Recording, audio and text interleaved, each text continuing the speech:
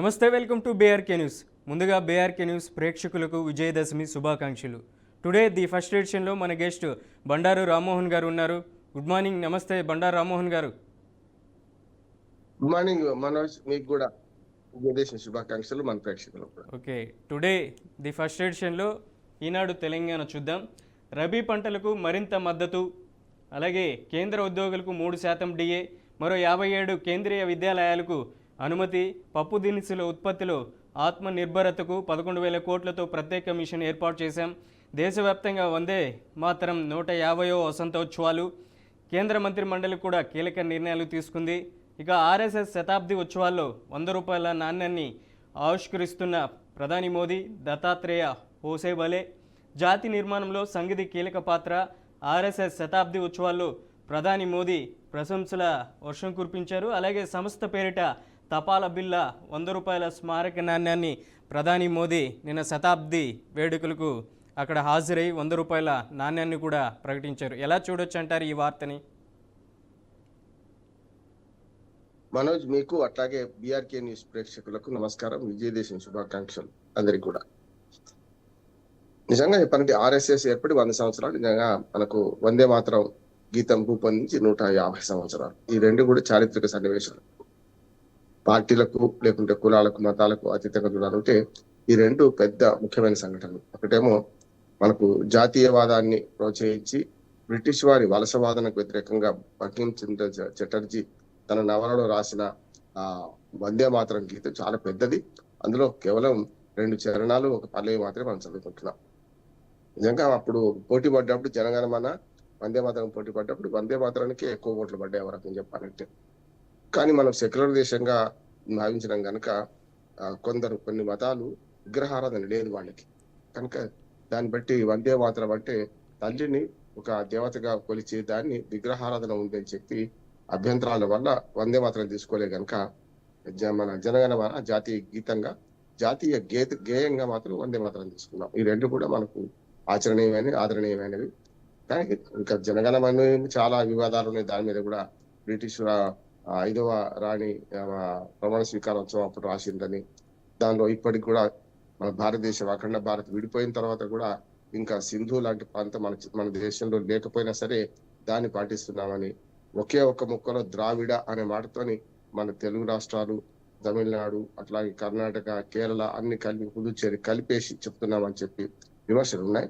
ఆ ఉద్దేశం సరే, మంచి చెడ్డ మనకు రిథం కలిసిందని రకరకాల కారణాల వల్ల జనగణమన జాతీయ గీతంగా అయింది. జాతీయ గేయంగా వందే మాతరం ఉంది. వందే మాత్రాన్ని అందరూ గౌరవించాల్సిందే.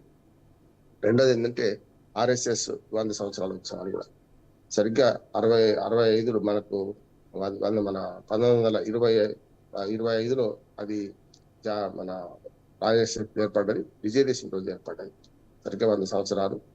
చాలా మంది ఇవాళ మోహన్ భాగవత్ ఉన్నారు, దానికి అధ్యక్షుడు గోల్వార్కర్, మనకు అంతకుముందు హెగ్డేవార్, వీళ్ళందరూ కూడా అసలు దానికి మూలమైనరు. జాతీయవాద ఉద్యమంతో పాటు హిందూ మతంలో ఉన్న మంచిని తీసుకొని దాన్ని సంఘం అనే పేరు మీద అప్పుడు నెక్కర్లు వేసుకునేవారు. పివి నరసింహారావు గారు, మాజీ ప్రధాని పివి నరసింహారావు గారు కూడా పార్టీలకు అతీతంగా ఆర్ఎస్ఎస్ పనిచేశారు. అందుకు తెలంగాణ ముఖ్యమంత్రి రేవంత్ రెడ్డి కూడా ఆర్ఎస్ఎస్ చెడ్డీ వేసుకొని కవాతులో పాల్గొన్న గర్వంగా చెప్పుకున్నారు. అందుకనే జాతీయవాద దృక్పథంతో ఏర్పడ్డ ఆర్ఎస్ఎస్ సంస్థ ఇప్పటి వరకు 3 సార్లు నిషేధించబడ్డది. గాంధీ హత్య తర్వాత ఒకసారి, తర్వాత ఎమర్జెన్సీలో ఒకసారి, తర్వాత మన బాబ్రీ మసీద్ కూల్చివేసిన తర్వాత ఒకసారి నిషేధించబడ్డది. దీనికి ఈ తీవ్రవాద సంస్థ ఆధారాలు ఎక్కడ లేకపోవడం వల్ల నిషేధం ఎత్తివేశారు. మొత్తం మీద 100 సంవత్సరాలు పూర్తి చేసుకున్న ఆర్ఎస్ఎస్ సంస్థకి, దాని పెద్దలకు, ఇవాళ ఉన్న సంస్థ బాధ్యులకు అందరికీ కూడా శుభాకాంక్షలు తెలియజేయాలి. మన భారతదేశంలో అతిపెద్ద స్వచ్ఛంద సంస్థ ఎవరైనా చెప్పాలంటే ఆర్ఎస్ఎస్. దాని ఆవిర్భావ దినం కూడా ఇవాళ విజయదశమి ఉన్నది కనుక వారందరికి కూడా మన శుభాకాంక్షలు తెలియజేయాలి. రెండోది ఏంటంటే మనకు మద్దతు ధర పెంచారు. మంచిది. మద్దతు ధర అంటే హల్లికల్లి 0 కేంద్ర ప్రభుత్వం మంచి నిర్ణయం తీసుకున్నది. కానీ పెంచేటప్పుడు ఏమో 36 పైసలు, 62 పైసలు, ₹1.52 ఇట్లా పెంచుతున్నారు. మరి ఒక్కొక్క ఎరువు బస్తాల రేట్ ఎంత అయింది, కూలీల రేట్ ఎంత అయింది, వాళ్ళ వ్యవసాయం ఎంత భారంగా మారింది. అమెరికా లాంటి దేశం మొక్కజొన్నకు 35% సబ్సిడీ ఇస్తుంది. ₹100 ఖర్చు అయితే రైతుకు రూపాయలు సబ్సిడీ ఇస్తుంది. అటువంటి అప్పుడు మనకు సబ్సిడీలు లేవు, పైగా మద్దతు ధర అనే పేరు మీద, ధరలు పెరుగుద్దనే పేరు మీద మన వ్యవసాయదారుల్ని, ముఖ్యంగా రైతుల్ని అణగదొక్కుతుంది కేంద్ర ప్రభుత్వం. స్పష్టంగా చెప్తాను. ఎందుకంటే మద్దతు ధర అనేది హడ్లీ కలిగిస్తున్నట్టు అంటున్నారు. స్వామినాథన్ కమిషన్ ఏర్పాటు చేసిన ప్రకారం ఏ సంవత్సరానికి ఆ సంవత్సరం అన్ని పంటలకు, వాణిజ్య ధాన్యం పంటలకు కూడా అన్నిటికి కూడా మద్దతు ధర నిర్ణయించాలి. రూపాయలు ఖర్చు అయితే రూపాయలకు నిర్ణయించాలి.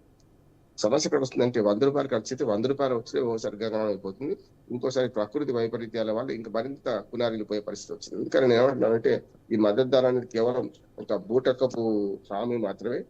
దాని కాకుండా శాస్త్రీయంగా ఈ మద్దతు ధర నిర్ణయించాలి.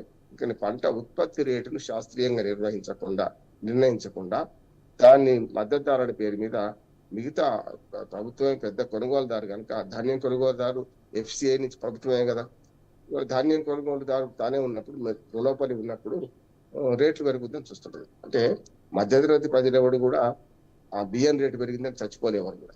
కానీ పండించిన పంటకు ధర లేదని, నష్టాలు వచ్చినాయని, అప్పులైనాయని చెప్పి మనకు అభిమాన ధనుడైన రైతు ప్రతిరోజు వందలాది మంది రైతులు దేశవ్యాప్తంగా చనిపోతున్నారు ప్రతిరోజు అంటున్నాను నేను. అటువంటి అప్పుడు ఈ మద్దతు ధర అనే ఒక బూటకపు హామీ కంటే మద్దతు ధర నిర్ణయించడంలో శాస్త్రీయ పద్ధతులు ఉండాలి. నేను స్వతంత్ర వ్యవసాయదారుల సంఘం తరఫున డిమాండ్ చేస్తున్నాను. ఈ అరకొర మద్దతు ధరలు వద్దు. అంటే పెంచేటప్పుడు చిల్లర పెంచేస్తారు, తీసుకునేటప్పుడేమో టోకెన్ తీసుకుంటారు. అంటే అందుకని ఏమంటానంటే దీని నిర్ణయం రైతు శ్రమను కూడా లెక్కలో తీసుకోవాలి, అప్పుడు మాత్రమే సాధ్యం. రైట్, నెక్స్ట్ హెడ్లైన్ చూద్దాం. కాళేశ్వరం పునరుద్ధరణ సర్కారు నిర్ణయం. మేడిగడ్డ, అన్నారం, సుందిళ్ల బ్యారేజీల డిజైన్ల కోసం కొత్త నోటిఫికేషన్ విడుదల చేస్తాం. 15 వరకు దరఖాస్తులకు కూడా సమయం ఇస్తున్నాం. కాళేశ్వరం ఎత్తిపోతల పథకంలోని మేడిగడ్డ, అన్నారం, సుందిళ్ల బ్యారేజీల పునరుద్ధరణపై రాష్ట్ర ప్రభుత్వం కీలక నిర్ణయం తీసుకున్న నేపథ్యంలో బ్యారేజ్ డిజైన్ల కోసం కూడా ఒక కన్సల్టీ సంస్థను కూడా తీసుకొచ్చింది. ఇక దానికి సంబంధించినటువంటి నీటిపారుదల శాఖ అధికారులు కూడా డిజైన్ ఇప్పటికే సిద్ధం చేసినట్లు తెలుస్తుంది. ఈ వార్తను ఎలా చూడొచ్చు అంటారు? మంచిది, కనీసం ఇన్ని రోజుల తర్వాతనైనా ప్రభుత్వానికి జ్ఞానోదయం కలిగింది అంటున్నాను. కాళేశ్వరం ప్రాజెక్టులో అవినీతి ఉంది, మనసు కాదట్లేదు. కానీ అవినీతి ఉందని లేకుండా 2 పిల్లర్లు మాత్రమే, నేను స్పష్టంగా కాళేశ్వరం కుంగిందా అని మాట్లాడుతున్నారు. ఆ 2 పిల్లర్లు క్రాక్స్ రావడము, కిందికి కుంగడానికి కారణాలు వేరుగా ఉంటాయి. అయితే నాగార్జున సాగర్ కూడా ఇట్లాంటి పగుళ్ళు వచ్చినాయి, మరి బాగా చేసుకోలేదా? అంతెందుకు, తెలంగాణ వచ్చిన తర్వాత మన మిడ్మానేర్ డ్యామ్ కొట్టుకపోయింది, మొత్తం ఎంత కొట్టుకపోయింది. కాంగ్రెస్ హయాంలో కట్టారు, అంతకుముందు దాని కాంట్రాక్టరు కోమటిరెడ్డి వెంకటరెడ్డి లేకుంటే వాళ్ళకి సంబంధించిన వాళ్ళు అని మొత్తం బదనాం చేసి ఉట్టుకోలే కదా, నిర్మించుకున్నారు. అందుకే అంతెందుకు, మనం ఇల్లు కట్టుకుంటాం, అప్పుడప్పుడు ఇల్లు కట్టిన తర్వాత పునాదిలో లోపం వల్ల, దేని లోపం వల్ల ఓ పగుళ్ళు వస్తాయి, ఎయిర్ క్రాక్స్ అంటాం. ఎయిర్ క్రాక్స్ వస్తే మొత్తం విడిచిపెట్టాం కదా. అందుకని సమస్య ఏంటంటే దీన్ని కుక్కను చంపాలంటే పిచ్చి కుక్క అని ముద్ర వేసి ఇప్పటిదాకా NDSA రిపోర్ట్ ను పట్టించుకోకుండా 2 కాలాలు మొత్తం, పోయిన వర్షాకాలం, ఈ వర్షాకాలం, 2024 వర్షాకాలం, 25 వర్షాకాలంలో 3000 TMCలకు పైగా మనం కిందికి నీళ్లు విడిచిపెట్టాం. మన కాళేశ్వరం ప్రాజెక్టు మేడిగడ్డ నుంచి సుమారు 1600 నుంచి 1700 TMCలు కిందికి వెళ్ళిపోయినాయి. దాని కింద కలిసి నీళ్ళతో కలుపుకుంటే 3000 TMCలు పోయినాయి. అటువంటి అప్పుడు ఇవాళ మిగులు జలాలు ఉన్నాయి, వరద జలాలు ఉన్నాయి, పోతున్నాయని చెప్పి మనం అంటున్నాం కదా. మనకు బనకచెరువు ప్రాజెక్టు కడదామని వాళ్ళు అంటున్నారు కదా. అటువంటి అప్పుడు ఈ ప్రాజెక్టును బాగు చేసుకోవచ్చు అని NDSA రిపోర్ట్, 2వ రిపోర్ట్ ఇచ్చింది. మొదలు కుంగింది కనుక నీళ్ళు విడిచిపెట్టమన్నారు, 2వ రిపోర్ట్ ఇచ్చింది. రిపోర్ట్ ఇచ్చి దాదాపు 1.5 year అయిన తర్వాత ఇప్పుడు మళ్ళీ జ్ఞానోదయం అయింది. అది మంచిది అంటున్నాను నేను. వచ్చే ఎండాకాలం ఇప్పుడు పునరుద్ధరణ సాధ్యం అవుతాయంటే వర్షాకాలంలో సాధ్యం కాదు. జనవరి తర్వాత పనులు మొదలు పెడితేనే మెల్లమెల్ల నీళ్లు తక్కువ అవుతాయి. గట్టిగా మాట్లాడాలంటే వచ్చే ఎండాకాలంలో మాత్రం వీలవుతుంది. అంటే మొత్తం తవ్వి ఆ 85 పిల్లర్స్ ఉంటే అందులో 6వ బ్లాక్ లో ఉన్న 2 పిల్లర్లను మొత్తం ఆ బ్లాక్ తీసేయాల్సి వస్తుంది. తీసేస్తే 3 పిల్లర్లు పునరుద్ధరిస్తే అయిపోతుంది. అట్లాగే మిగతా అన్నారం కానీ సుందేళ్ళు కానీ ఆ రెండిట్లో కూడా సీపేజ్ ఉంది, కింది నుంచి లీకేజెస్ ఉన్నాయి. దాన్ని ఎట్లా చేయొచ్చు, ఏదైనా కొత్త టెక్నాలజీ కూడా వచ్చినట్టున్నారు, దాని ప్రకారం చేయొచ్చు అంటే చేయొచ్చు. అంతేనే ఇప్పటికైనా సరే ప్రభుత్వానికి బుద్ధి వచ్చింది. ఈ మాట అంటున్నాను. వాళ్ళు మన పునరుద్ధరణకు కోరుకుంటున్నారు. వచ్చే వర్షాకాలంలో ఒక్క చుక్క కూడా కిందికి నీళ్లు పోకుండా, అంటే మనకు ఏదైతే కేటాయించిన నీళ్లు అట్లాగే దానిలో నిల్వ ఉండాల్సిన నీళ్లను నిల్వ చేయడానికి వీలుగా రిపేర్లు చేయాలి. మంచి నిర్ణయం. ఇప్పటికైనా సరే మనకు ఆ మేడిగడ్డ పూర్తి స్థాయిలో నిర్మాణం అది పూర్తయిపోతే అది లీకేజీ కాకుండా ఉంటే ఎండాకాలము రేపు వచ్చే ఎండాకాలంలో కానీ రేపు వచ్చే వర్షాకాలంలో వర్షాలు తక్కువ పడతాయి. ఈసారి వర్షాలు బాగా పడ్డాయి. కొంచెం తక్కువ పడ్డా కూడా మనం పోతే అవకాశం ఉంటుంది. మోటార్లు కూడా నడిపించి చూడాలి, లేకపోతే ప్రతిదీ తుప్పు పట్టిపోయే అవకాశం ఉంది కనుక అవసరం ఉన్నా లేకున్నా కనీసం నెలకో 2 నెలలకో మోటార్లు ఆన్ చేసి మళ్ళీ చేయాల్సి ఉంటుంది. అందుకని మొత్తం మీద ఈ ప్రభుత్వం మంచి నిర్ణయం తీసుకున్నది. ఎన్డీఎస్ఏ రిపోర్ట్ని పాటించింది. సరే, Kaleshwaram commission report, PC Ghosh reports ఏమైందంటే అది వేరుగా, కానీ ఇప్పటికైతే మంచి నిర్ణయం తీసుకున్నారు. రిపేర్ చేసి ప్రజలకు నీళ్లు అందించాల్సిన అవసరం ఉన్నది. కాళేశ్వరం వ్యర్థం కాదు, సఫలమైందనే ఓ మాట వస్తుంది, కానీ భయానికి ఇప్పటిదాకా చేయలేదు. ఈ రాజకీయాలు పక్కన పెట్టాలి. రైతుల మీద కక్ష కట్టకుండా పార్టీలు మీరు రాజకీయాలు చూసుకోండి, కానీ రైతులకు మేలు చేయమని కోరుతున్నాను. ఇక చూసుకుంటే నెక్స్ట్ హెడ్లైన్ ఈనాడు తెలంగాణలో మాజీ మంత్రి రామరెడ్డి దామోదర్ రెడ్డి కన్నుమూశారు. నిన్న సాయంత్రం ఆయన హైదరాబాద్లో ఓ హాస్పిటల్లో వెంటిలేటర్ మీద గత కొంతకాలంగా అనారోగ్యంతో బాధపడుతున్నటువంటి రామరెడ్డి దామోదర్ రెడ్డి కన్నుమూశారు. ఆయన దాదాపు 5 సార్లు ఎమ్మెల్యేగా కూడా ఉన్నారు. కాంగ్రెస్ ప్రభుత్వంలో వైఎస్ రాజశేఖర రెడ్డి పీరియడ్లో 3 సార్లు ఎమ్మెల్యే, ఆ తర్వాత వచ్చినటువంటి కిరణ్ కుమార్ రెడ్డి రోషే ప్రభుత్వంలో కూడా 2 సార్లు ఎమ్మెల్యేగా ఉన్నటువంటి పరిస్థితి ఉన్నటువంటి నాయకుడు, మాజీ ఎమ్మెల్యే. ఆయన నిన్నటి రోజున కన్నుమూశారు. దీని గురించి ఏం చెప్తారు రామ్మోహన్? విలువలు గల నాయకుడు ఆయన, విలువలు కాపాడిండు కూడా. అప్పటి తరంలో మెల్లమెల్లగా అంతరిస్తుందని బాధపడాల్సింది తప్ప ఏం లేదు. వారి మృతికి మనం అందరం సంతాపం వ్యక్తం చేద్దాం. కాంగ్రెస్ పార్టీకే కాదు, ఆ జిల్లా కూడా, ఆ జిల్లా నాయకులకు మనకు కార్యకర్తలకు కూడా నష్టమే. మంచి విలువలు గల నాయకుడు కోల్పోయినాం. ఇట్లాంటి వాళ్ళు ఉన్నప్పుడు మనకు తెలియదు వారి విలువ, పోయిన తర్వాత తెలుస్తుంది. వారి 3 సార్లు మంత్రిగా పనిచేశారు, 5 సార్లు ఎమ్మెల్యేగా పనిచేశారు. వారి సేవలు నల్గొండ జిల్లాకే కాదు రాష్ట్రమందరికి అందినాయి. వారిని మృతికి నివాళులు అర్పిద్దాం. రైట్, నెక్స్ట్ హెడ్లైన్ చూద్దాం. పార్టీ మారకపోతే తెలంగాణ భవన్కు ఎందుకు రాలేదు అనే టాపిక్ హైలైట్ అవుతుంది. బారాస అధినేత కేసీఆర్ను ఒక్కసారైనా కలిశారా? ప్రకాష్ గౌడ్, కాళే యాదవ్ను ప్రశ్నించిన బారాస ఎమ్మెల్యేల తరపు న్యాయవాదులు. ఇక బండ్లా కృష్ణమోహన్ రెడ్డి, మహిపాల్ రెడ్డిలు కూడా క్రాస్ ఎగ్జామినేషన్ ఈ నెల 4వ తేదీన న్యాయవాదుల సమక్షంలో క్రాస్ ఎగ్జామినేషన్ జరగనుంది. ఈ పార్టీ ఫిరాయించిన ఎమ్మెల్యేలను ఎలా చూడవచ్చు అంటారు రామ్మోహన్ గారు? దాదాపు 10 మంది ఎమ్మెల్యేలు పార్టీ ఫిరాయించారు. 4 ఎమ్మెల్యేలకి క్రాస్ ఎగ్జామినేషన్ కూడా చేశారు. ఇంకా మిగతా ఎమ్మెల్యేలకు కూడా ఈ నెల 4వ తేదీన క్రాస్ ఎగ్జామినేషన్ చేస్తామనేసి బారాస తరపున ఉన్నటువంటి న్యాయవాదులు చెప్తున్నటువంటి పరిస్థితి ఉంది. ఏం చెప్తారు దీని గురించి?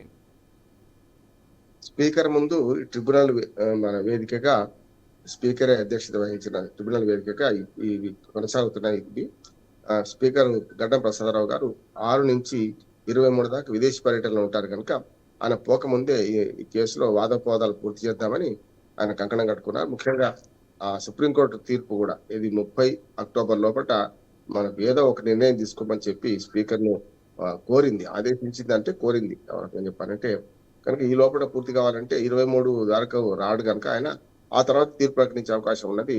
ముంజేతి కంకణానికి అర్థం ఎందుకు? ఇవన్నీ కూడా వివరణ ఈజీగా తెలుస్తూనే ఉంది. మన బీఆర్ఎస్ ఫిర్యాదు చేసిన ఎమ్మెల్యేల తరఫున వాదోపవాదాలు జరుగుతున్నాయి, క్రాస్ ఎగ్జామినేషన్ జరుగుతుంది. కేసీఆర్ గెలవడం ఇవన్నీ తర్వాత సంగతి. అసలు వాళ్ళు పార్టీ మారినామని డైరెక్ట్ గా ప్రకటించారు కదా మనోజ్. అటువంటిప్పుడు ఇంకా మళ్ళీ ఎందుకు ముంజేతి కంకణాలు అర్థం ఎందుకు? కనుక వాళ్ళని తొలగించలేక మెల్లగా విచారణ పేరు మీద జాప్యం చేస్తున్నారు. సుప్రీంకోర్టు కనుక ఆదేశించకపోతే ఈ పని కూడా జరిగేది కదా, విచారణ జరిగేది కదా. 5 ఏళ్ళు వాళ్ళు బ్రహ్మాండంగా పదవుల్లో ఉండేవాళ్ళు. గతంలో కూడా జరిగింది, అది వాళ్ళ కొత్త కాదంటున్నాను. 5 ఏళ్లకు ముందు, ఒక 6 నెలల ముందు ఇదే సురేష్ రెడ్డి గారు ఇప్పుడు బీఆర్ఎస్ లో ఉన్నారు. ఆయన అక్కడ ప్రతిపక్ష నేత ఏది లోక్సభలో. ఆయన స్పీకర్ గా ఉన్నప్పుడు రాజశేఖర రెడ్డి గారు మన బీఆర్ఎస్ ఎమ్మెల్యేలు ఉద్యమ సమయంలో 2004 తర్వాత చేర్చుకున్నప్పుడు ఏం చేశారు? అయిపోయేదాకా ఆగారు కదా శ్రీనివాసరెడ్డి గారు. ఆ తర్వాత బీఆర్ఎస్ వచ్చిన తర్వాత మనకు పోచారం శ్రీనివాసరెడ్డి గారు కూడా, ఆయన ఇప్పుడు కాంగ్రెస్ లో ఉన్న ఫిరాయించిన ఎమ్మెల్యేలు, ఆయన మీద కూడా ఫిర్యాదు ఉన్నది. ఆయన కూడా ఏం చేశారు? తీరా టైం వచ్చేదాకా ఆగి బీఆర్ఎస్ లోకి చేరిన ఎమ్మెల్యేలకు రకంగా పార్టీ తీర్థం పుచ్చుకునేదాకా ఆగింది. అందుకని ఇవన్నీ చూస్తే మనకు స్పీకర్లు నిష్పక్షపాతంగా వ్యవహరిస్తలేరు. కప్పుకున్న కండువాలు కాంగ్రెస్ కాదు, రకరకాల జిమ్మికులు చేస్తున్నారు. ఇద్దరైతే రెడీ హ్యాండెడ్ దొరికిపోయినట్టే. మిగతా 8 మంది సంగతి ఇట్లాంటి శశవిషులు ఉంటున్నాయి. కేసీఆర్ కడవడం కాదు, డైరెక్ట్ గా ముఖ్యమంత్రి రేవంత్ రెడ్డి గారు ప్రకటించారు. పిసిసి అధ్యక్షుడు మహేష్ కుమార్ గౌడ్ గారు ప్రకటించారు. 10 మంది ఎమ్మెల్యేలు చేరారు. ఇంకో 16 మంది వస్తే ద్వారములు తెరిచే ఉన్నాయి, మొత్తం ఫిరాయింపు చట్టం కిందకి రారు పొమ్మని బహిరంగంగా చెప్పారు. ఆ 10 మంది పేర్లు కూడా వాళ్ళందరూ కూడా ప్రెస్ మీట్ లో మేము కాంగ్రెస్ పార్టీలో చేరినామని చెప్పిండ్రు. కొందరు పదవులు తీసుకున్నారు, కొందరేమో బీఫామ్ మీద కాంగ్రెస్ బీఫామ్ మీద పోటీ చేశారు. ఇంతకంటే ఏం కావాలి? కనుక నిజంగా రెడ్డి హండ్రెడ్ పార్టీ వాళ్ళ మీద ఇంకా విచారణ మొదలు కాలేదు. వాళ్ళు ఇంకా సమాధానం కూడా ఇవ్వలేదు. కడియం శ్రీహరి గారు అట్లాగే దానం నాగేందర్ గారు ఇంకా జరగాల్సి ఉన్నది. ఈ 8 మంది విషయంలో కూడా వాళ్ళందరూ పిల్లి మోకలు వేస్తున్నారు. ఇటుపక్క అటుపక్క చేరలేదంటారు, చేరినామంటారు, చేరితే మరి ఆఫీస్కి ఎందుకు రానని చెప్పరు, మా జీతం కట్ అవుతుంది అంటారు. ఇవన్నీ చూస్తున్నాం మనం. ఈ పిల్లి మోకలన్నీ ప్రజలు గమనిస్తున్నారు. అంతిమంగా ప్రజల న్యాయ నిర్ణేతలు గతంలో ఎవరైతే ఫిరాయింపుదారుని రాళ్లతో కొట్టండి అని మన రేవంత్ రెడ్డి గారు పిలిపిస్తే 12 మంది కాంగ్రెస్ లో చేరిన బీఆర్ఎస్ ఎమ్మెల్యేలను 11 మంది ఓడించారు ప్రజలు. కనుక రాళ్లతో కొట్టానా లేకుంటే పూలతో కొట్టానా, స్వాగతించాలా తిరస్కరించాలా ప్రజలు నిర్ణయిస్తారు. ఉప ఎన్నికలు వచ్చేదాకా మనం ఆగాల్సిందే. ఈ ఎపిసోడ్ ఎప్పుడు ముగుస్తుందని నేను అనుకుంటున్నానంటే ఇప్పుడంతా ముగిలేదు. ఒకవేళ స్పీకర్ కార్యాలయం కనుక వీళ్ళందరినీ అనర్హులను ప్రకటించినా వీళ్ళందరూ కోర్టుకు వెళ్తారు. మళ్ళీ ఒకసారి ఆ కోర్టులో మళ్ళీ నడుస్తుంటే వాదోపవాదాలు, మళ్ళీ సుప్రీం కోర్టు దాకా న్యాయ వ్యవస్థలు చాలా ఉన్నాయి అంచెలు కదా. అవన్నీ చూసేవరకు పుణ్యకాలం కాస్త గడిచిపోతుంది. ఇంకో 2 ఏళ్ళు 3 ఏళ్ళు కూడా ఇదే ఎమ్మెల్యేలు కొనసాగుతారు. ఇప్పటికే 2 ఏళ్ళు అయిపోయింది, మరో 2 ఏళ్ళు కొనసాగితే అయిపోయింది. వారి జీవిత సాఫల్యం పూర్తి అయినట్టే కదా. కనుక ఫిరాయింపు దాల మీద చర్య తీసుకోవాలంటే అధికారం స్పీకర్ ఉంచొద్దు, అధికారాన్ని ఎలక్షన్ కమిషన్ అప్పచెప్పాలి. ఏ బీఫామ్ మీద పోటీ చేసి ఇచ్చిండో వాళ్ళని సస్పెండ్ చేసిన పార్టీ, లేదంటే వాళ్ళను వాళ్ళే రాజీనామా చేసినా లేకపోతే పార్టీ ఫిరాయించినా వెంటనే పదవి పోయాలి, చట్టంలో సవరించాలి. ఫిరాయింపు చట్టంలో మార్పు తీసుకురాకుండా స్పీకర్ అధికారాన్ని తీసేసి ఎలక్షన్ కమిషన్ ఇవ్వకుండా ఇవన్నీ వట్టి ముచ్చట్లే. ఇవన్నీ విచారణ జరుగుతుంటే ప్రజలను మోసం చేయడం తప్ప ఇంకోటి లేదు. రైట్. నెక్స్ట్ ఈనాడు ఆంధ్రప్రదేశ్ చూద్దాం.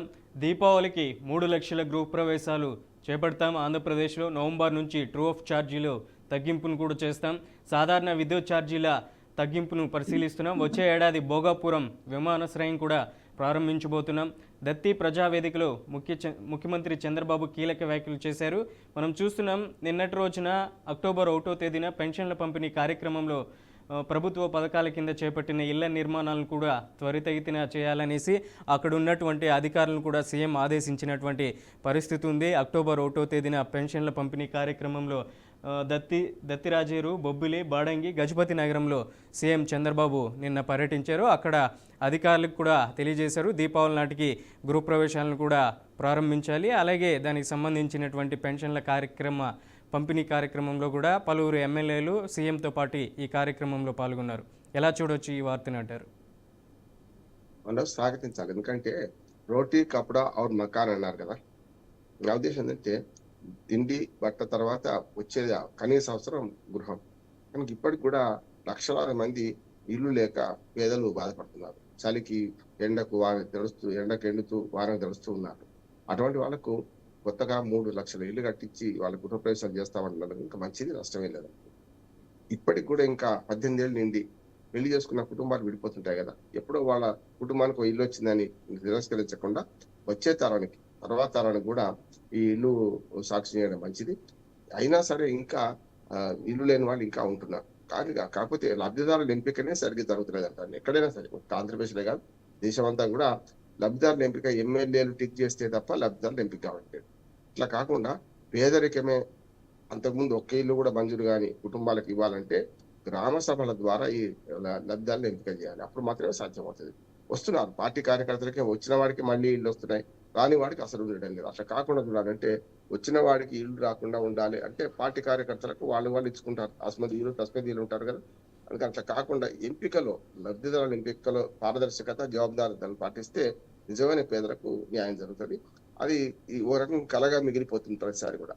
ఎవరైతే ఇల్లు లేదని మన గ్రామసభలో వచ్చి చెప్పుకుంటే వాడికి ఇల్లు ఉందా లేదా ప్రజలు నిర్ణయిస్తారు కదా. ఇంకా గ్రామసభలో లిస్టు చదివి మేము ఇల్లు మంజూరు చేస్తున్నాం అంటే వీళ్ళు కాక ఇంకా అర్హులు ఉన్నారా అని అడగడం. రెండోది వీళ్ళు అనర్హులు ఉంటారు ఇందులో చెప్పడం. బహిరంగ ప్రకటన ద్వారా చేస్తే అప్పుడు ఆటోమేటిక్ గా మీకు ఇల్లు మంజూరు అర్హులు జరుగుతుంది ఒకటి. రెండోది సరే మిగతా పథకాలన్నీ కూడా ఇప్పుడు ఆచరణ వచ్చే కల్లా టైం పట్టవచ్చు, కానీ మనకు లక్ష్యం అయితే మంచిదే కదా. లక్ష్యం ఘనంగా పెట్టుకున్నారు. నేను పెన్షన్ల పంపిణీలో వచ్చే దీపావళి నాటికి ఏం చేస్తాం, ఆ తర్వాత ఏం చేస్తామని ఒక యాక్షన్ ప్లాన్ పెట్టుకున్నారు. మంచిది. ఈ నా ఉద్దేశం ప్రభుత్వం ముందుకెళ్లే క్రమంలో అభివృద్ధి నిరంతర ప్రక్రియ, ఒక్కరోజు ఆగేది కాదు. ప్రభుత్వాలు శాశ్వతం, పార్టీలు శాశ్వతం కాదు. ఇంకో 3 ఏళ్ళు టైం ఉంది, 3.5 ఏళ్ళు టైం ఉంది ఈ ప్రభుత్వానికి. వాళ్ళు అనుకునేవి చేసి ప్రజలకు మేలు చేస్తే అందరూ హర్షిస్తాం. రైట్, నెక్స్ట్ హెడ్లైన్ చూద్దాం. నిన్నటి రోజున అమెరికా షట్ డౌన్ అయింది. ప్రభుత్వ ఆర్థిక కార్యకలాపాలు ఎక్కడికెక్కడ నిలిచిపోయాయి. అత్యవసరం మినహా అన్ని సేవలకు తీవ్ర ఇబ్బందే అంటూ ఈ హెడ్లైన్ ఈనాడులో చూస్తున్నాం. అలాగే ట్రంప్ కాంగ్రెస్ మధ్య కుదరని ఏకాభిప్రాయం అనే వార్తను కూడా మనం ఇక్కడ ప్రధానంగా చూస్తున్నటువంటి పరిస్థితి ఉంది. ఏమంటారు ఈ వార్త గురించి? అమెరికాలో ఈ పరిణామం కొత్తదేం కాదు మనోజ్. ఇప్పటికి 35 సార్లు అధ్యక్షులు ఎవరున్నా జరిగింది. 2016 నుంచి 17 నుంచి 21 దాకా ఉన్న ట్రంప్ హయాంలో అప్పుడోసారి జరిగింది, ఇప్పుడు 2 సార్లు జరిగింది. రకంగా ఈయన వచ్చిన ఇప్పుడు 8 నెలలు అయిపోయింది ట్రంప్ వచ్చి, జనవరి 20 నుంచి 2 సార్లు అయింది. దానికి కారణం ఏంటంటే కాంగ్రెస్ ఆమోదించకుండా, బడ్జెట్ ఆమోదించకుండా, ఇప్పుడు మనది కూడా అంతే కదా, ఏ పార్లమెంటరీ స్థాయిలో కానీ అధ్యక్ష తరహాలో కానీ కాంగ్రెస్ అంటే ఏదైతే పార్లమెంట్ ఉందో ఆ పార్లమెంట్ ఆమోదించకుండా ఒక్క రూపాయి కూడా ఖర్చు చేయడానికి వీల్లేదు. రిపబ్లికన్ డెమోక్రట్ల మధ్య పోటాపోటీ ఉంది కనుక అమెరికా అధ్యక్షుడు చెక్ పెట్టారంటే పార్లమెంట్ లో ఈ బిల్లు పాస్ కాకుండా చూసిండ్రు. కాకపోతే ఇప్పుడు ఈ నెల జీతాలు కష్టంగానే ఉంటాయి, కానీ డబ్బులు లేక కాదు, ఇది డబ్బులు ఉన్నా కూడా ఖర్చు పెట్టాలంటే పార్లమెంట్ ఆమోదం లభించాలి. అది ఏ దేశంలో అయినా ఉంటది. అంటే చట్టపరంగా ప్రక్రియ పూర్తి కాకపోవడం సాంకేతికంగా వచ్చింది. ఈ నెలంతా కష్టమే. మరి పండుగల వాళ్ళకి మన పండుగల వాళ్ళకి ఏముండవు కనుక వచ్చే నవంబర్, డిసెంబర్ లో పండుగలు వస్తాయి. ముఖ్యంగా క్రిస్మస్ డిసెంబర్ లో వస్తుంది. ఆ లోపు పరిష్కారం అవుతుంది అనుకుంటున్నాను నేను. కాకపోతే ఇవాళ కాకపోతే రేపైనా పరిష్కారం అవుతుంది. ఒక బిల్లు పాస్ కాగానే వెంటనే ఆర్థిక బిల్లు కనుక బిల్లు పాస్ కాకుండా డబ్బులు అయితే ఇవ్వడానికి వీళ్ళు, జీతాలు అయిపోయినాయి ఇప్పటికే. చూద్దాం, అంటే ప్రభుత్వ నిర్వహణకు ₹1 ఖర్చు చేయాలన్నా కూడా కాంగ్రెస్ అంటే అమెరికన్ పార్లమెంట్ ఆమోదం కావాలి కనుక మళ్ళీ బిల్లు ప్రవేశపెడతారు. అప్పటికి కొంచెం చెక్ పెడితే అధ్యక్షుడు దారికి వస్తారేమో అనుకొని పార్లమెంట్ అనుకుంటుంది. సుప్రీం అధ్యక్షుడు కావచ్చు నిర్ణయాలు తీసుకుంటుందో, పిచ్చి నిర్ణయాలు తీసుకుంటే, పిచ్చి నిర్ణయాలు వెర్రి ఆలోచన చేస్తే ఇట్లా చెక్ పడుతుంది అనడానికి ఒక మంచి ఉదాహరణ ఇది. ట్రంప్ లాంటి వాడికి, మొండి వాడికి అవసరమే అనుకున్నాను. ఇప్పటికి 2వసారి జరిగింది, అంతకు ముందోసారి, ఇప్పుడు 2 సార్లు, మొత్తం 3 సార్లు జరిగినాయి. ఏ అధ్యక్షుడు వచ్చినా ఇటువంటి పనులు చేసినప్పుడు అమెరికన్ కాంగ్రెస్ చెక్ పెడితేనే ఉంది. చెక్స్ అండ్ బ్యాలెన్సెస్ ఉండాల్సిందే ఎప్పుడైనా, లేకపోతే నియంత్రణ వెళ్ళిపోతారు. కనుక నియంత్రణతో నశించాలంటే చెక్స్ అండ్ బ్యాలెన్సెస్ ఉండాలి. పార్లమెంటు చట్టం ద్వారా ఇది మొదటి నుంచి అమెరికాలో అమలవుతుంది కనుక ఈ బడ్జెట్ ఆమోదం లేకుండా ఖర్చు పెట్టడానికి వీల్లేదు. ప్రభుత్వం ₹1 ఖర్చు పెట్టాలన్నా అదే జరుగుతుంది. ఈ సంక్షేమం ఎక్కువ రోజులు ఉండదు, కొద్ది రోజులు సమస్య పొద్దని నేను అనుకుంటున్నాను. రైట్, నెక్స్ట్ సాక్షి పేపర్ చూద్దాం. రాష్ట్ర ప్రయోజనాలను కాపాడలేకపోతే మీకెందుకు పదవి అంటూ సీఎం చంద్రబాబుపై మాజీ సీఎం వైఎస్ జగన్ ఫైర్ అయ్యారు. ఆల్మట్టి డ్యామ్ ఎత్తు పెంచేందుకు కర్ణాటక ప్రభుత్వం చకచక అడుగులు వేస్తుంటే మీకు కనీసం చీమ కుట్టినట్టయినా లేదా అనేసి సీఎం చంద్రబాబుని మీద ఫైర్ అయ్యారు. అలాగే కృష్ణా జలాలపై ఆధారపడ్డ ప్రాంతాలు కూడా ఎడారిగా మారే ప్రమాదం ఉంది. ఇప్పటికైనా మేల్కొని మీకున్న ఎంపీల బలంతో కేంద్రంపై ఒత్తిడి తేవాలి. ఆల్మట్టి ఎత్తు పెంపును అడ్డుకోవడంలో పాటు KWTT2లో సమర్థ వాదనలు కూడా వినిపించాలి, లేదంటే భావితరాల మనసులో చరిత్రహీనుడిగా మిగిలిపోవడం ఖాయమంటూ కూడా సీఎం చంద్రబాబుపై వైఎస్ జగన్ ఫైర్ అయ్యారు. ఈ వార్తని ఎలా చూడొచ్చు అంటారు? సరే, మొత్తం మీద గతంలో కూడా ఉమ్మడి ఆంధ్రప్రదేశ్ విషయం ఉన్నప్పుడు కూడా ఆల్మట్టి డ్యామ్ ఎత్తు పెంచుతా అంటే మనందరం వ్యతిరేకించినాం. ఉమ్మడి ఆంధ్రప్రదేశ్ ముఖ్యమంత్రులు కానీ పార్టీలకు అత్యధికంగా వ్యతిరేకించినాం. ఇప్పుడు కూడా వ్యతిరేకించాల్సింది అంటున్నాను. వారి ప్రశ్నలో అర్థం ఉన్నది. ఇప్పుడు ఎందుకంటే నీళ్ళు అక్కడి నుంచి ఒకవేళ ఆ 4 అడుగులు కనుక వాళ్ళు పెంచుకుందంటే మొత్తం కృష్ణానది మొత్తం ఇప్పటికే ఎడారిగా మారిపోయింది. ఈ మధ్యన ఈసారి వర్షాలు బాగా రావడం వల్ల వచ్చినాయి కానీ లేకపోతే కష్టం అవుతుంది. కర్ణాటక ఆపుకోవడం వల్ల ఇప్పుడు మనకు ఆంధ్రప్రదేశ్కు మనకే కాకుండా మహారాష్ట్రకు నష్టం అవుతుంది, తెలంగాణ ఆంధ్రప్రదేశ్ కాకుండా. అందుకనే ప్రభుత్వం స్పందించాలి, వెంటనే కర్ణాటక ప్రభుత్వాన్ని ప్రశ్నించాలి. ఇట్లాగా కృష్ణా వాటర్ ట్రిబ్యునల్ అంటే KWTT ఉంది కదా, దాని ముందు ప్రవేశపెట్టాలి. వాళ్ళు పెంచుకోకుండా చూసే ప్రయత్నం చేయాలి. కర్ణాటక ఎప్పటికప్పుడు ఏం చేస్తుందంటే ఆల్మట్టి కట్టిన తర్వాతనే అసలు కృష్ణా జలాలు మనకు కరువైనాయి. అప్పుడు సరే వాళ్ళ హక్కులు వాళ్ళకు ఉంటాయి, వాళ్ళ నీటి కేటాయింపులు వాళ్ళకు ఉంటాయి, కానీ కట్టుకోవచ్చు, కట్టారు కూడా. ఈ మొత్తం వివాదం ఇవాళ కూటమి ప్రభుత్వం ఉంది కదా, మరి మీరు ఎందుకు శ్రద్ధ తీసుకోవడం లేదు? అక్కడ మోడీ ప్రభుత్వం, ఇక్కడేమో చంద్రబాబు నాయుడు ప్రభుత్వం ఉంది. రెండు బీజేపీ కూడా ఈ రెండిట్లలో భాగం కనుక వాళ్ళు ఎందుకు ప్రశ్నించడం లేదు? జగన్మోహన్ రెడ్డి గారి ప్రశ్న సహేతుకమైంది, వీలైన తొందరగా. ఎందుకంటే గత జల సేతు పొందడం కష్టం. నీళ్ళు వెళ్ళిపోయిన తర్వాత మేము ప్రయత్నం చేస్తానికి లాభం లేదు. నీళ్ళు వెళ్ళిపోకముందే వాళ్ళకి హక్కుగా వాళ్ళు దాన్ని పెంచుకోకముందే మనం గతంలో వ్యతిరేకించడం దాన్ని ఎత్తు తగ్గించడం మళ్ళీ అదే ప్రయత్నం చేస్తుంది కనుక మళ్ళీ చేయకుండా కృష్ణా వాటర్ ట్రిబ్యునల్ లో మనం కేసు వేయాలి, దాన్ని ఆల్మట్టి ఎత్తు పెరగకుండా చూడాలి. ఇప్పుడు రెండు రాష్ట్రాలు ఉన్నాయి, ముఖ్యంగా చంద్రబాబు నాయుడు ఒక్కరే కాదు, తెలంగాణలో ఉన్న కాంగ్రెస్ ప్రభుత్వం కూడా స్పందించాలి. ఎందుకంటే కర్ణాటకలో కాంగ్రెస్ ప్రభుత్వం ఉంది కనుక ఈ రెండు పార్టీలు ఒకటే కనుక ఇక్కడనేమో కూటమి ప్రభుత్వంగా ఉంచిన మోడీ, మరి చంద్రబాబు నాయుడు ఆ ప్రభుత్వం, ఇక్కడ కాంగ్రెస్ ప్రభుత్వం, రెండు తెలంగాణ ఆంధ్రప్రదేశ్ రెండు రాష్ట్రాలు కూడా స్పందించి ఆల్మట్టి ఎత్తు పెరగకుండా చూడాలి. లేకపోతే వాళ్ళకి తెలుగు ప్రజలకు మరణ శాసనం లిఖించినట్టు అవుతుంది, తెలుగు రైతాంగానికి పెద్ద నష్టం అంటారు. రైట్, నెక్స్ట్ హెడ్లైన్ చూద్దాం. వచ్చే 2 రోజుల పాటు భారీ వర్షాలు. బంగాళాఖాతంలో ఏర్పడిన అల్పపీడనం బుధవారం వాయుగుండంగా బలపడింది.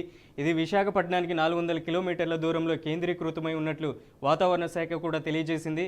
ఇది మరింత బలపడి తీవ్ర వాయుగుండంగా మారే అవకాశం ఉందనేసి కూడా విశాఖ వాతావరణ కేంద్రం తెలియజేస్తుంది. ఏం చెప్తారు దీని గురించి? ఈసారి వర్షాలు మనకు అవసరమైన దానికి ఎక్కువనే పడ్డాయి. అంటే నిజంగా సాధారణ వర్షపాతం కంటే సుమారు 50% వర్షపాతం ఇప్పటిదాకా పడాల్సిన వర్షాలు ఎక్కువనే పడ్డది అంటున్నాను. మరొకసారి వైగుండం వస్తుంది, కాకపోతే పండుగలు వెళ్ళిపోతున్నాయి కొంచెం నయం. కనీసం ఈ 2-3 రోజులు పండుగల సందర్భంగా తెలంగాణలో బతుకమ్మ పండుగ, రేపు పొద్దున శరన్నవరాత్రులు కూడా వాళ్ళ ముగిస్తే కనుక దాని పండుగ సందర్భంగా కూడా కొంతవరకు తెరపిచ్చింది వర్షం. రేపటి నుంచి పడతాయి అంటున్నారు, చూద్దాం. దాని మీద వాతావరణ శాఖ ఈ మధ్యన అక్యురేట్ గానే వాతావరణం చెప్తున్నది. వర్షాలు పడతాయంటే పడుతున్నాయి, పడదంటే పడడం లేదు. మరొకసారి ఈ పండుగల తర్వాత వర్షం వచ్చే అవకాశాలు ఉంది, ఎక్కువ ఉంది కనుక మనం అప్రమత్తంగా ఉండాలి. ప్రజలు కూడా దాన్ని గమనించే ప్రభుత్వాలు ఏర్పాటు చేయాలి. ప్రజలు నష్టపోకుండా, ముఖ్యంగా ప్రాణాపాయం లేకుండా చూడాలి. రెండవది ఆస్తి నష్టం కూడా తగ్గించే ప్రయత్నం చేయాలి. ప్రభుత్వాలు చర్య తీసుకుంటే నేను అనుకుంటున్నాను. మొత్తం మీద వర్షాలు మాత్రం ఈసారి ఎక్కువ పడడం వల్ల అతివృష్టి వల్లనే పంటలు నష్టమైనవి, జీవనం అస్తవ్యస్తమైంది. దీన్ని మళ్ళీ నిన్నటి అనుభవాలు చూసుకొని ముందు ఇట్లాంటి జరగకుండా చూడాల్సిన పరిస్థితి ఉన్నది. ప్రకృతిని శాసించడం కానీ ప్రకృతి వైపరీత్యాలను మనం అరికట్టలేం కానీ కొంతవరకు తగ్గించి ప్రాణ నష్టం, ఆస్తి నష్టం చూస్తే మంచిది అంటున్నాను. రైట్, బండారు రామ్మోహన్ రావు గారు, టుడే ది ఫస్ట్ ఎడిషన్లో మీ విశ్లేషణ అందించినందుకు ధన్యవాదాలు. ఇదే ఇవాల్టి ది ఫస్ట్ ఎడిషన్. రేపటి ఫస్ట్ ఎడిషన్లో మళ్ళీ కలుద్దాం. చూస్తూనే ఉండండి BR.